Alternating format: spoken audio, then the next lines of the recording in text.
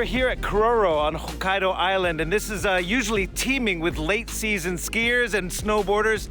Today, blue sky day, but completely empty.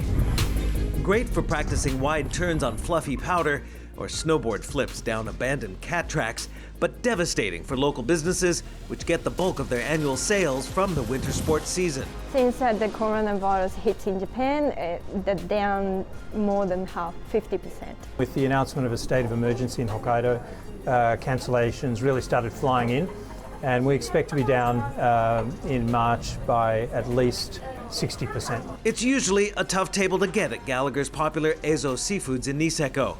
But with the outbreak concerns, quarantine threats, and mass flight cancellations, the outlook at this point looks bleak. With coronavirus, the fear is palpable. I'm concerned about next season as well. I think that people will be reluctant to travel and to spend. It's totally affected the winter business because generally we're getting bookings now for next winter.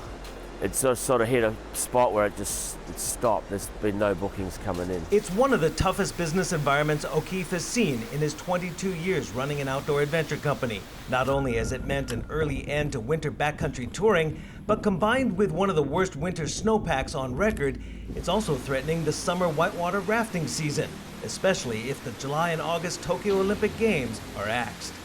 Summer is where I make a lot of my main income. I was hoping for a big season, but it's looking quite the opposite. We're gonna get the big hit.